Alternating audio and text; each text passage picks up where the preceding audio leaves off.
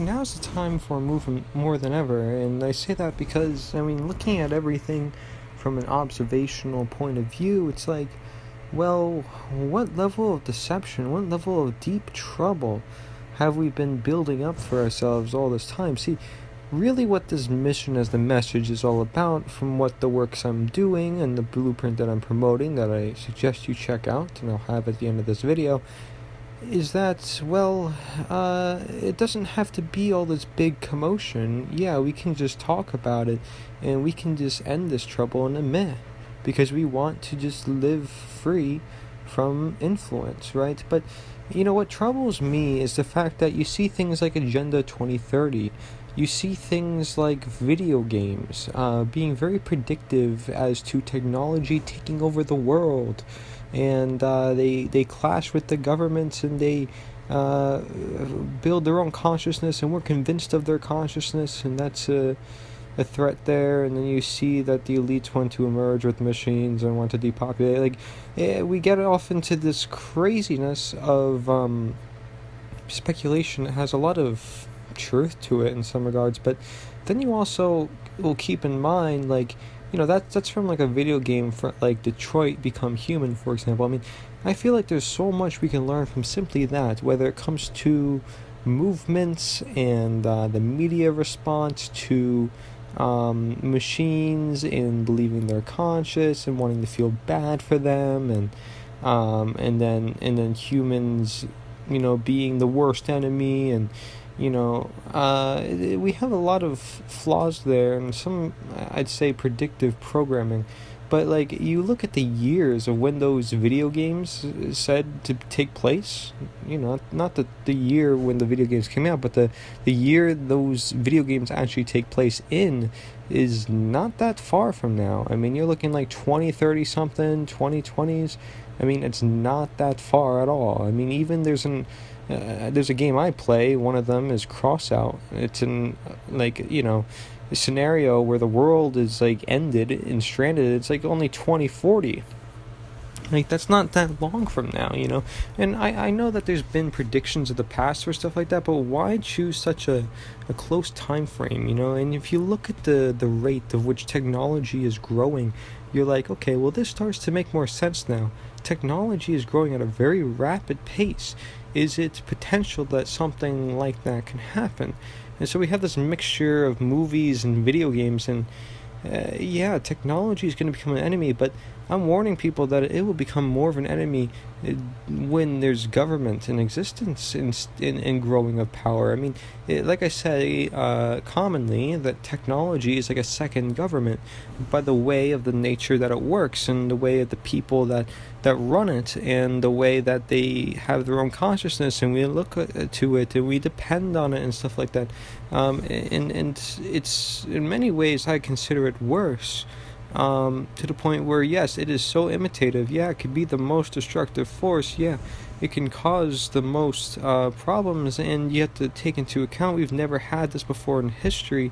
So we are dealing with something that's, you want to say greater than ourselves. That's just the works of nature too. It's we're dealing with a force that's greater than ourselves already, and that is God, that is nature, that is natural law, and then you want to add to the mix technology, which is this this off-world power, basically, that the elites feed on for their physical materialism agenda. So by the very nature of not abiding to authority and government, we can take down not only the barriers and the potential promise of technology, but we can free the internet more. We can do a lot more, I believe, simply by having in circulation and in constant circulation the debunking of statism, the belief in government, the constant debunking of having someone control over your life, and just taking control of your own life, and doing as you see best fit within your own life as morally right according to natural law.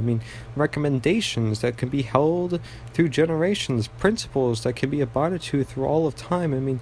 This is something that we don't have to go too crazy about. And I think a lot about the projections. I think a lot about the cycles.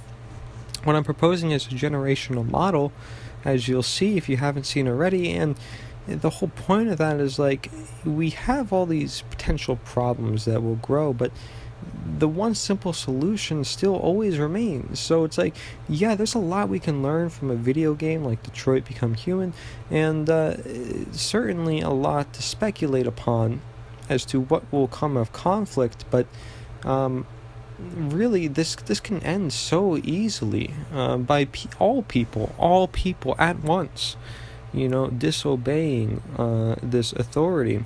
And it's going to take a movement to do that, so that way we can all disintegrate at once. Okay, it can't happen sparingly, because then that's when you're going to have problems. That's when you're going to start creating division, and you're going to have multiple sides. It needs to happen all at once, so we need to be organized and ready to do so that way we can disintegrate all at once. And therefore, most people by that very nature would not agree or not go with the mainstream media. Everybody of that sense of mind will likely not agree with the mainstream media. They will likely disintegrate from them as well, because it's only natural to do so, being that the media is usually government funded. So all the government institutions are likely going to try to hold their grip as much as possible. But again, the media is ran by us. The police is ran by us. And if we just understand who we are, and we get all those people with us and their families, which are great supporters of, their other family members. So let's say you are a family member of somebody who is a cop. Well, talk to that cop. They're still a human. They're no different. They're not, anything else. They're still human. They have the ability to be conscious. So, talk about consciousness. Let's use the consciousness we have now, because we're just becoming the machines ourselves. Looking at Detroit Become Human, you see it's like the humans become colder than the robots. They're the ones that are killing people and not caring for others' feelings, and it doesn't really pop out in the video game, but you start to not like humans from that perspective. And you can see it's like, wow, well, the very same logic they're applying to the robots can be applied to the humans, and it's basically just two evils. And then they say, yeah, it's like two evils that you're choosing upon. So what is the right thing to do? And, of course, what am I going to say? I'm going to say abidance to natural law.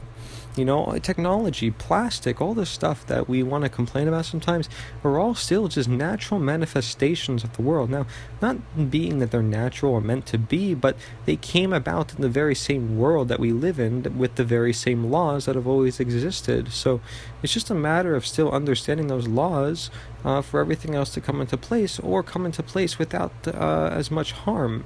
Okay, so yeah, maybe some evil is going to exist, but it's not going to manifest in a positive, expression-filled, natural law environment. An environment full of knowledge, an environment full of love, an environment full of sovereignty and freedom. That's not going to create the environment where bad things can happen by the very nature of those things being present. So as long as you keep that mentality present, the environment present, then nothing bad will happen. It's like saying, okay, well, do you have an immune system to defend against this virus? Well, if you have the immune system to do so, then yes, you can defend against anything coming your way. So this is the point, it's like we all live within the same earth that our ancestors have lived in for thousands of generations. The earth has gone through many different temperatures, up and down, from ice age to super hot storms. So while we want to complain and maybe say, okay, well, this is going to be the end of civilization and this is the end of the world, or we have to worry about this or worry about that, what we really need to worry about is just ourselves. Frankly, ourselves. It's always ourselves, and we want to point the finger elsewhere. We want to say it's the elites. We want to say it's this belief system, and the belief systems, I'd say, are more targeted. But you have belief systems like, okay, let's blame this group of people, let's blame that group of people, which is most belief systems, by the mask of isms. And really the only one that really sparks the ism for the whole scheme of things, the macro of everything, is statism. Because if you talk about any ism, from republicanism to Democrat, democratic republics, or whatever you want to get into fancy terminologies, it all comes down to statism at every single one of them.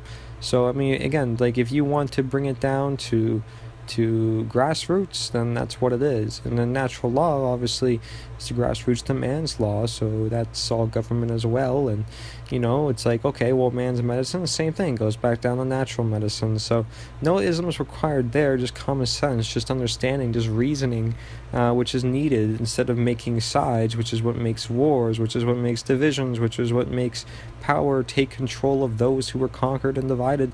It's bizarre to me how people will go about their lives picking one side, thinking that it's actually going to do something. There's people out there who will think that voting actually does something. It does not stand for your voice. Your voice is your voice. Your voice is your voice, okay? Not voting. Voting is not a voice. It's called writing something on paper.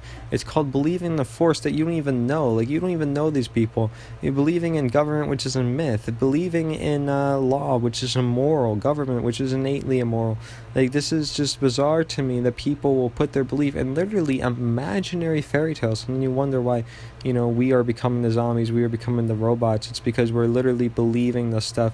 So if you want to place yourself in reality, I mean, it's natural law, and that's what's going to prevent the most downfalls from those who are perhaps deceived, okay? So if you want the truth, if you want peace, this is really the only solution, is just abiding to what is present. And my blueprint is a way to get there. So if you please, look into what I have to offer on my website, NITA.ONE. That's NITA.ONE.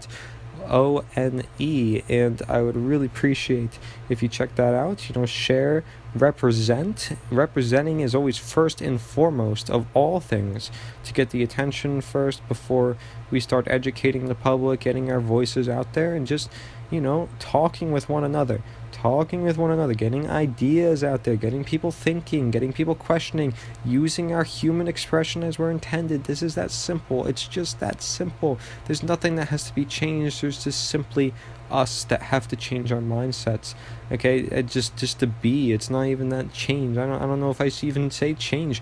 It's going to bring about change naturally, because we're changing our mindsets naturally, as we are naturally intended with nature. I mean, how many times do I have to say the word nature? It's just because we are within this inhabitants of nature, and if we better want to understand it, if we better want to find the truth that is within nature, then we probably should be looking at nature. So thank you. Nature's the answer. Cory, Endrulat, NITA.ONE. Thank you very much for listening. Please watch the end of this video if you're interested for more, or check out the other videos for more. Thank you.